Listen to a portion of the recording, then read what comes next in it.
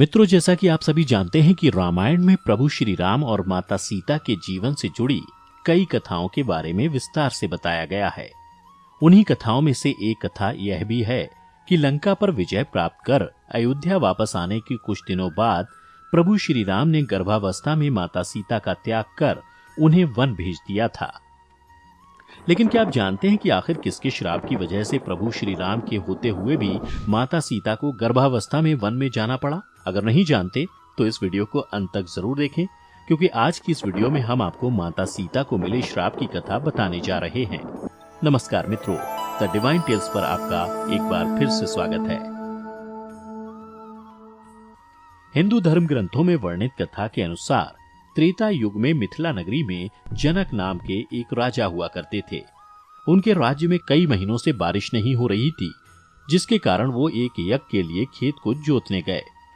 राजा जनक जब खेत जोत रहे थे तभी उन्हें वहां एक कन्या दिखाई दी, जो बड़ी ही सुंदर थी। कोई संतान नहीं होने के कारण राजा जनक उस कन्या को देखकर खुश हो गए और उसे अपनी कन्या मानकर राजमहल ले आए। यही कन्या बाद में माता सीता के नाम से जानी गई। सीता जब बड़ी हुई तो एक दिन वह अपनी सहेलियों के साथ राजमहल के बगीचे में खेल रही थी। खेलते खेलते सीता जी को बगीचे से सटे हुए पर्वत पर एक तोते का जोड़ा दिखाई दिया, जो बड़ा ही सुंदर था।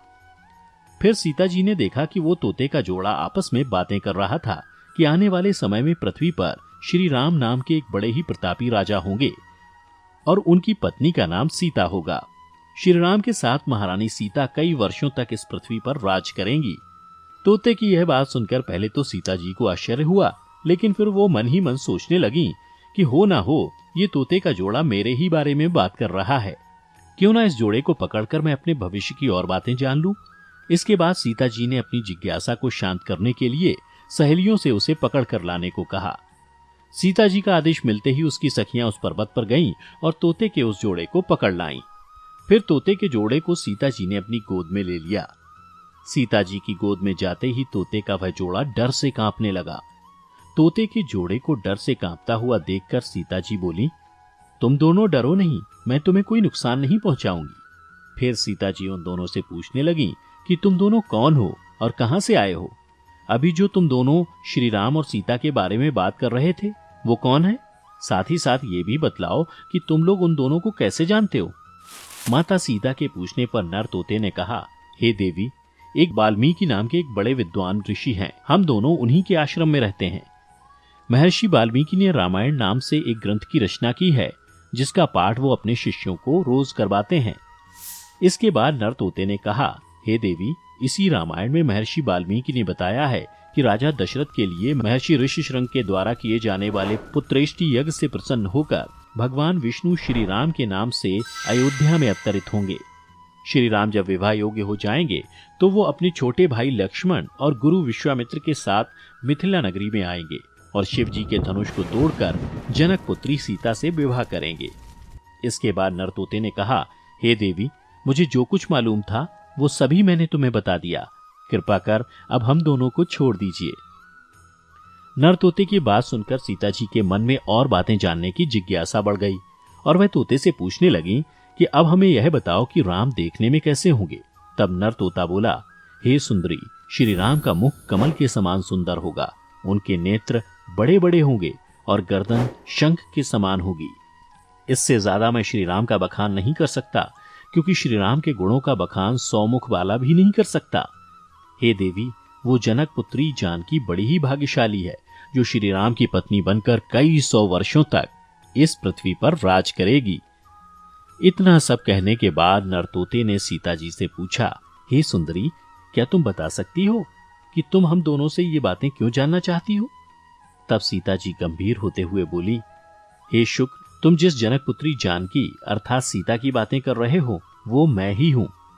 सीता जी के इतना कहते ही तोते का जोड़ा उन्हें ध्यानपूर्वक देखते हुए बोला, हे देवी, अब आप जान ही गई हो कि हम दोनों आपके बारे में ही बात कर रहे थे, तो अब कृपा कर हमें वापस महर्षि वाल्मीकि के आश्रम में जाने दो। तब सीता जी बोली, मैं तुम दोनों को तब तक नहीं छोड़ूंगी जब तक मेरा विवाह श्री राम के साथ नहीं हो जाता। तब तक तुम दोनों सुखपूर्वक मेरे महल में रहो। सीता जी के मुख से ऐसी बातें सुनकर मादा तोता चिंतित हो गई और सीता जी से बोली, हे सुंदरी, हम दोनों वन में भ्रमण करने वाले पक्षी हैं। हमें तुम्हारे इस राजमहल में कोई सुख नहीं मिलेगा, और मैं गर्भवती भी हूं। मैं चाहती हूं कि हम अपने बच्चे को जन्म महर्षि वाल्मीकि के आश्रम में ही दें, इसलिए हम दोनों को जाने दो। मैं आपसे वादा करती हूं कि बच्चे को जन्म देने के बाद हम दोनों आपके पास वापस आ जाएंगे। लेकिन मादा तोता के बार बार विनती करने के बाद भी सीता जी उन दोनों को छोड़ने को राजी नहीं हुई। यह देख नर तोते ने सीता जी से कहा, हे देवी, मेरी पत्नी गर्भवती है, ऐसे में इसे अपने राजमहल में कैद मत करो। मैं आपको विश्वास दिलाता हूं कि जैसे ही मेरी पत्नी बच्चे को जन्म देगी, मैं इसे लेकर आपके पास आ जाऊंगा। नर तोते की बात सुनकर माता सीता बोली, यदि तुम चाहो तो जा सकते हो, परंतु तुम्हारी पत्नी मुझे बहुत पसंद है और मैं इसे अभी नहीं जाने दूंगी। तुम चिंता मत करो, मैं तुम्हारी पत्नी का पूरा ख्याल रखूंगी। यह सुन नर तोता बोला, हे देवी, मैं अपनी पत्नी से बहुत प्रेम करता हूं और उसके बिना मैं जिंदा नहीं रह सकता। मेरी प्रार्थना है कि तुम मेरी पत्नी को छोड़ दो। परंतु नर तोते के बार बार प्रार्थना करने पर भी सीता जी उसकी पत्नी को छोड़ने को राजी नहीं हुई। यह देख माता तोता को क्रोध आ गया और वह सीता जी से बोली, हे सीते, मैं तुम्हें श्राप देती हूं कि जिस तरह तुम आज मुझे गर्भावस्था में अपने पति से अलग कर रही हो, उसी प्रकार तुम्हें भी गर्भावस्था में श्री राम से अलग होना पड़ेगा।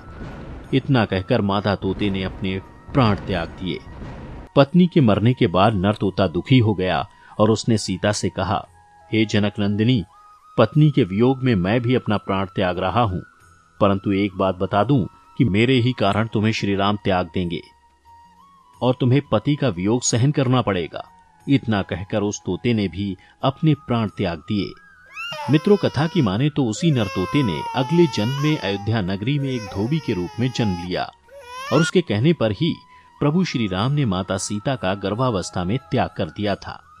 इसके बाद की कथा तो आप सभी जानते ही हैं। अगर नहीं जानते तो नीचे कमेंट करके हमें बताएं। इसलिए मित्रों, आपने सुना होगा कि मनुष्य जैसा भी कर्म करता है उसका फल उसे इसी लोक में मिल जाता है, फिर चाहे वो साधारण मनुष्य हो या फिर भगवान के रूप में अवतरित कोई मनुष्य। तो मित्रों, उम्मीद करते हैं कि आपको माता सीता से जुड़ी ये कथा पसंद आई होगी। अगर पसंद आई हो तो इसे ज्यादा से ज्यादा लाइक और शेयर करें। फिलहाल आज के लिए बस इतना ही। यदि आप हमारे चैनल पर नए हैं तो ऐसे ही धार्मिक और आध्यात्मिक जानकारी के लिए हमारे YouTube channel the divine tales को अभी सब्सक्राइब कर लें और फेसबुक पर देखने वाले लाइक करें हमारा Facebook page the divine tales Hindi. अब इजाजत दें। आपका बहुत बहुत शुक्रिया।